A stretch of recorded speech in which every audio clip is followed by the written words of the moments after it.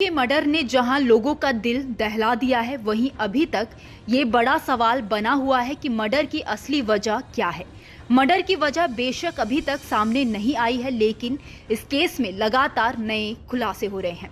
पीड़ित माता पिता, पुलिस तमाम बातें बता ही रही है। साथ ही पूरे मर्डर केस में जिंदा बच गए 8 साल के पीयूष ने भी खास बातें बताई हैं। ऐसे में आइए जानते हैं कि इस केस में अब तक क्या क्या हुआ है। शुरुआत करते हैं 19 मार्च की शाम से, जब बदायूं के सिविल लाइंस थाना इलाके के बाबा कॉलोनी में साजिद नाम का शख्स अपनी सैलून की दुकान के सामने रहने वाले विनोद सिंह के घर आया था। साजिद अपने भाई जावेद के साथ बाइक पर विनोद के घर पहुंचा। इस दौरान विनोद घर पर नहीं था। विनोद की मां, उसकी पत्नी और 3 बच्चे घर पर थे। साजिद ने विनोद के घर जाकर उसकी पत्नी से 5,000 रुपयों की मांग की। उसने कहा कि उसकी पत्नी मां बनने वाली है, इलाज के लिए 5,000 रुपये की जरूरत है, जिसके बाद संगीता ने पैसे भी दे दिए। उसके बाद साजिद बड़े बेटे आयुष और सबसे छोटे बेटे आहान को लेकर ऊपर चला गया और धारदार हथियार से मार डाला।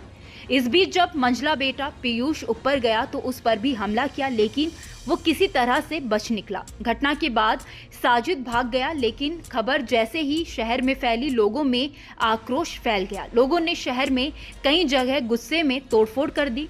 पुलिस भी तुरंत जांच में लग गई। कुछ घंटों बाद साजिद को पुलिस ने एनकाउंटर में ढेर कर दिया, जबकि उसका भाई जावेद घटना के बाद से फरार है।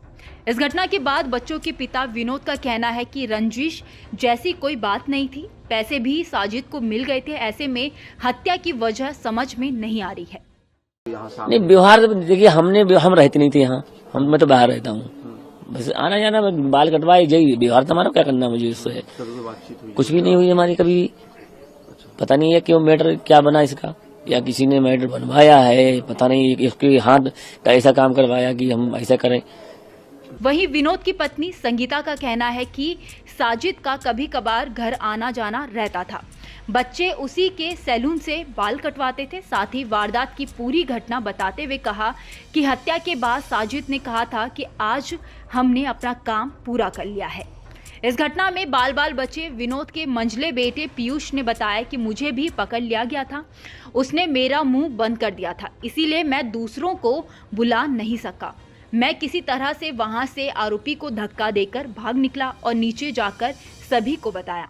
वो जो सैलून वाले भैया थे, वो लोग आए थे, तभी ऊपर में छोटे बड़े वाले भाई को ऊपर ले गए। फिर पता नहीं क्यों मारा, फिर मुझे भी मारने लगा। मैंने उनका चाकू हटाकर उनको धक्का देकर नीचे भाग आया। दूसरी तरफ साजिद और जावेद के पिता बाबू, चाचा कयामुद्दीन और दादी के बयान भी सामने आए हैं। उससे इस मामले में सस्पेंस ज्यादा गहरा हो गया है। उनके पिता का कहना है कि उनका साजिद किसी गहरी साजिश का शिकार हो गया है। उसकी किसी के साथ कोई दुश्मनी नहीं थी, वो किसी के साथ बैठकर ऐसा कर सकता है।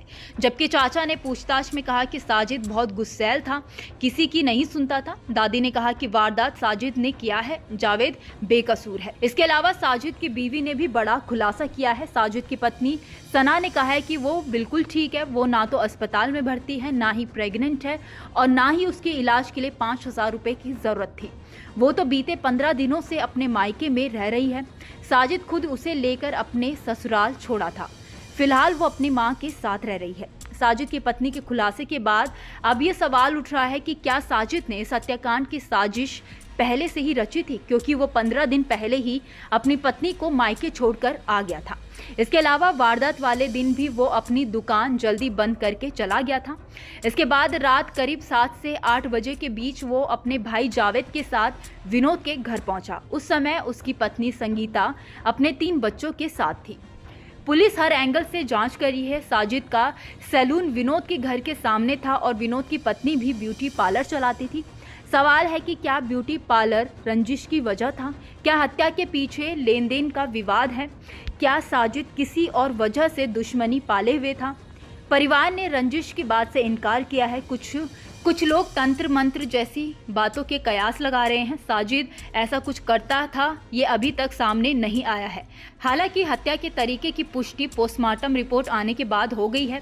रिपोर्ट में पता चला है कि 13 साल के आयुष का गला रेतने के साथ ही सीने पर 4 वार किए गए थे, हाथ पर भी वार किए गए थे। इसके अलावा 6 साल के अहान की पोस्टमार्टम रिपोर्ट में उसके गले पर चाकू से वार की बात कंफर्म हुई है। मीडिया रिपोर्ट्स के अनुसार साजिद के एनकाउंटर की जांच के आदेश दिए गए हैं। बदायूं के डीएम ने आदेश दिए हैं कि एनकाउंटर की मजिस्ट्रेट जांच की जाए और 15 दिन के अंदर रिपोर्ट पेश की जाए। वहीं पुलिस ने दूसरे आरोपी जावेद को पकड़ने के लिए 25,000 रुपए का इनाम रखा है और पुलिस की कई टीमें उसे ढूंढ रही है। एसटीएफ की भी मदद ली जा रही है। अब पूरे घटनाक्रम में सिर्फ साजिद का भाई जावेद ही ऐसा व्यक्ति है जो हत्या की असली वजह